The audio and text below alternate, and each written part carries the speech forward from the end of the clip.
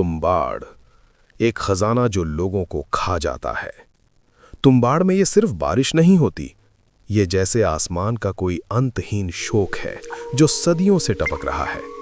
कहते हैं बहुत पहले एक देवी थी जिसने पूरी सृष्टि के सोने को जन्म दिया, लेकिन उसका पहला पुत्र हस्तर लालच से भरा हुआ था।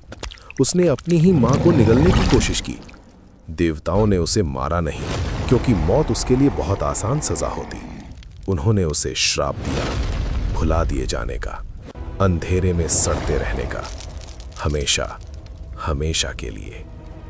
लेकिन कुछ श्राप कभी खत्म नहीं होते।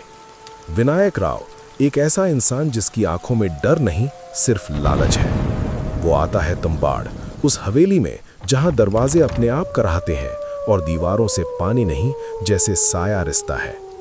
और हर कदम पर ऐसा लगता है जैसे जमीन के नीचे कुछ हिल रहा हो। हर रात वो उस तहखाने में उतरता है और फिर सामने आता है हस्तर, एक विकृत अधजला शरीर जिसकी त्वचा मिट्टी की तरह फटी हुई और मुंह इतना बड़ा कि जैसे वो कभी बंद ही नहीं होता। उसकी भूख मानव समझ से परे है।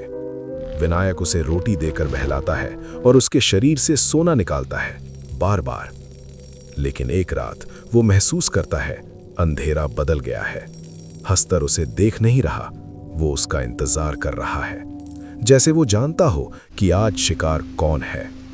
अचानक दीवारों से, जमीन से कई और हाथ निकलते हैं, सूखे सड़े हुए।